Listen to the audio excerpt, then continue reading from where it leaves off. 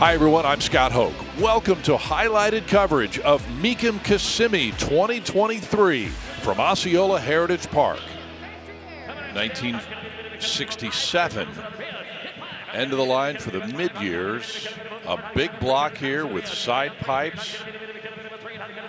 Big car here, Bill Stevens. 400 horsepower, 428. That was optional. Factory air conditioning, 4-speed, 370 posit traction.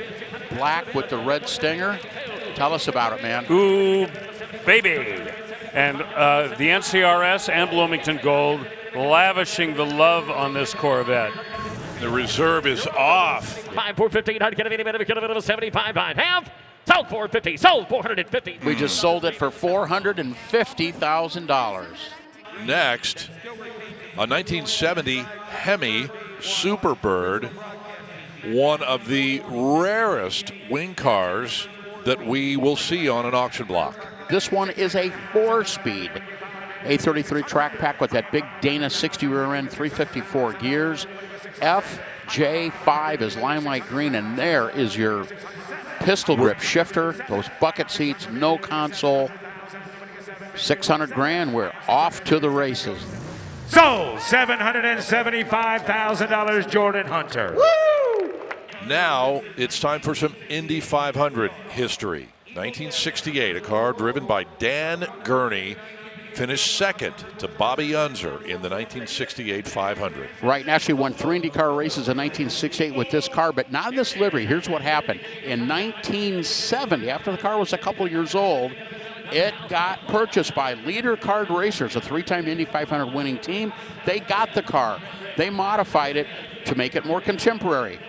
Well, in this case, the reserve is off at an even $1 million. Power plant used in 1972 is that turbocharged 4-cylinder, 159 cubic inch Offenhauser engine. $1 million right on the nose, Scott.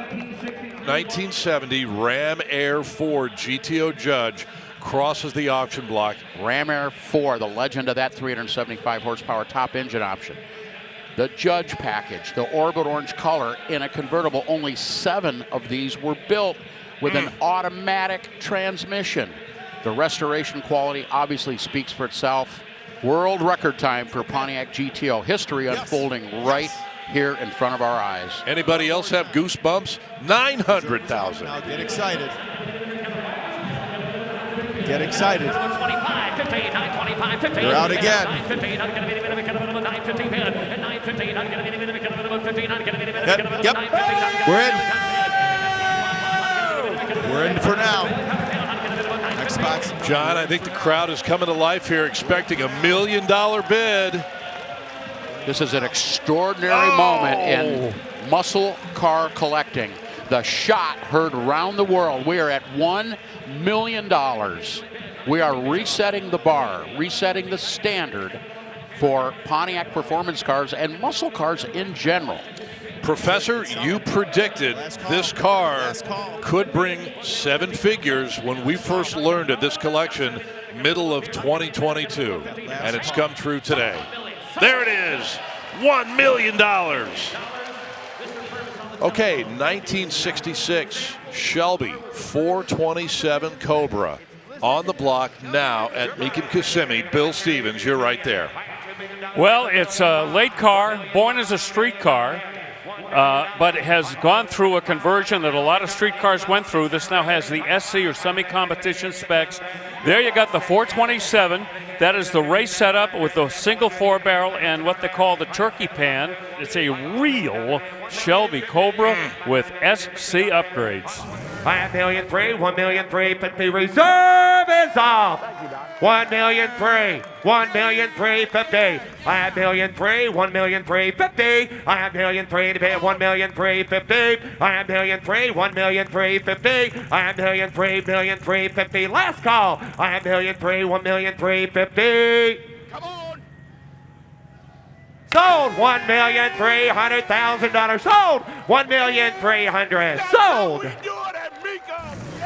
1969 Dodge Daytona on the block. Top of the heap, Hemi 4-speed. Give us some backstory on this car in regard to the mileage and the condition. Yeah, it's a little over 6,000 miles. Otis Chandler, who owned the LA Times back in the day, bought this car. It was used in show cars, like World of Wheel stuff back in the early 70s, so it never saw any highway use. So you had a perfect car with an exotic paint job for World of Wheels. He sent the car to Roger Gibson. This is the first car that Roger Mopar ever done that he completed. This is also the first car that you had paint markings on suspensions. This car. Okay.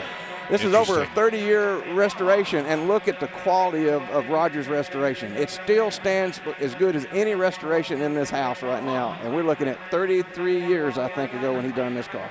Well, we're getting close to the end of the road here.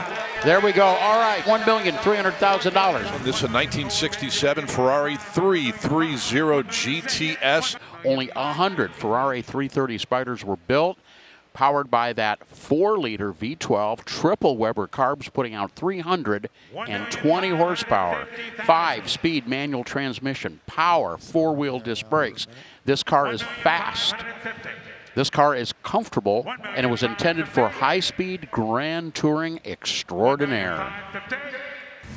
1.45, 2 telephone bidders, and that's going to be the hammer price, $1.45 million. 1955 300 SL Gullwing. That is that legendary 3-liter 6-cylinder engine laid down to the side to clear the hood with fuel injection. Very innovative for the time. Look at that green interior with the green plaid and custom leather luggage right behind the 2 front seats. 15-inch chrome wheels.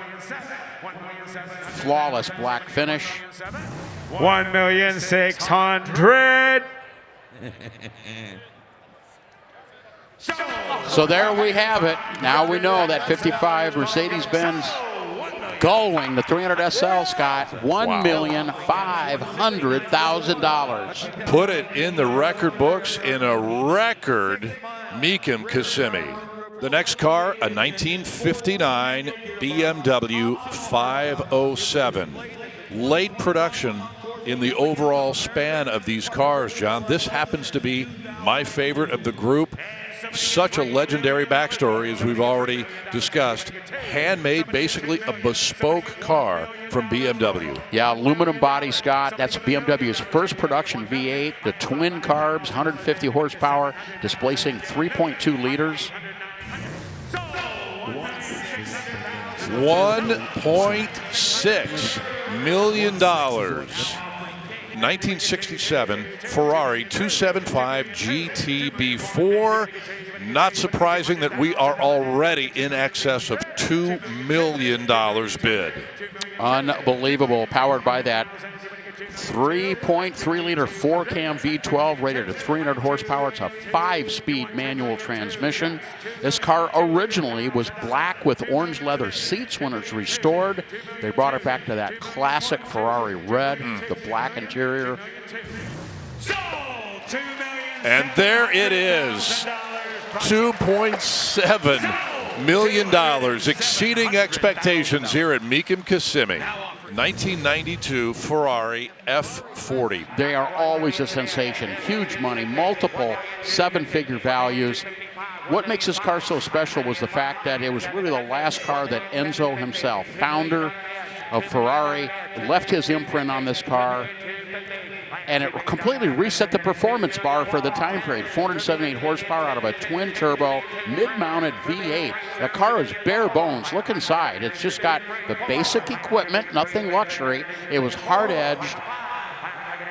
It handled and braked and accelerated and blasted to a 200-mile-per-hour top speed at a level previously not seen in a street-legal vehicle.